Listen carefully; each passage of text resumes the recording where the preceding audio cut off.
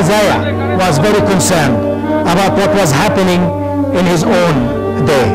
And he said, the way of peace they do not know. There is no justice in their paths. So he connected peace with justice. And that is very important. That's exactly what we at Sabeel connect. When we talk about peace, we are talking about justice. And justice is part of Christianity, part of Judaism, part of Islam.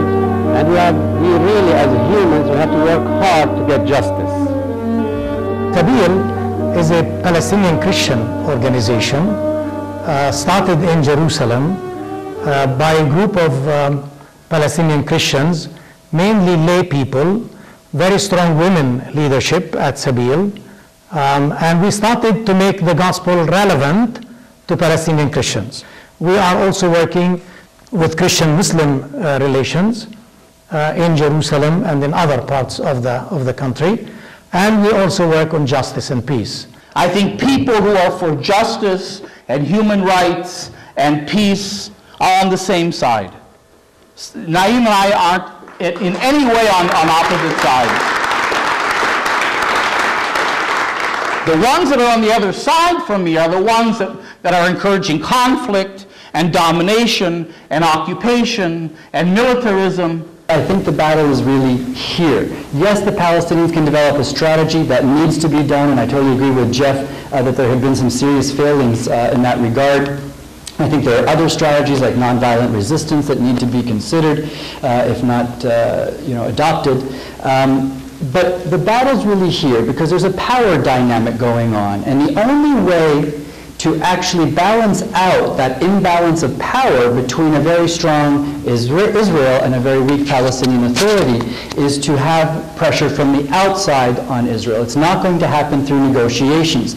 Now, that might come as a surprise coming from someone like myself who's an advisor, or used to be an advisor to the negotiations team, but it's precisely because I was an advisor that I realized that negotiations between a weak party and a strong party cannot yield any sort of fair result. And I think we saw that over 10 years of negotiations after Oslo.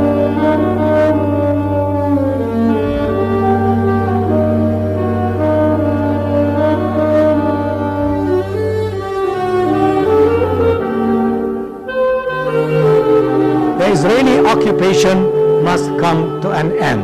When I talk about the occupation, I am talking about these areas: Gaza, the West Bank, East Jerusalem. In order to have peace, a Palestinian state must be established. And the Palestinian state must be viable, sovereign, and independent, not under the domination of Israel. And Israel must recognize the territorial integrity of the Palestinian state. The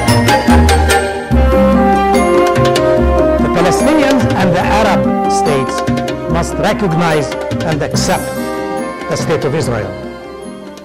So recognition and acceptance of the state of Israel is essential for peace. The government of Israel must admit the injustice it has inflicted on the Palestinians and accept its responsibility in making amends.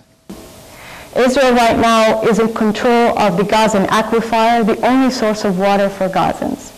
When the settlers were living in Gaza, the 7,000 settlers compared to 1.3 million Palestinians were using about 3/4 of the water from the Gazan aquifer, which means a huge tragedy for the Gazans.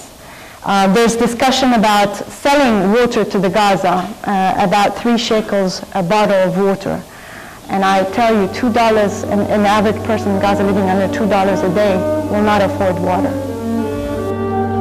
You know, as a result of the creation of the State of Israel, 750,000 Palestinians were driven out of their homes. Some fled. None of us was able to go back. My family was driven out by force at gunpoint. I was a boy at the time, and I remember that if we do not leave our homes and get out of our town, that they will kill us. And what happened to me happened to 750,000 Palestinians. In order to prevent the Palestinian refugees from returning to their homes, they bulldozed over 500 destroyed villages throughout the area that became Israel. So today, the 750,000 Palestinian refugees are over 4 million. So the fifth point, we have to address the Palestinian refugee issue justly. I want on one hand to be sensitive to Israeli needs, but I want also a just solution to the Palestinian refugees. The world thinks that Israel's biggest enemy is terror, when in fact it is a demographic war that Israel is fighting, and continues to create new measures on the ground in order to contain the Palestinians from growing to larger numbers that they can no longer handle.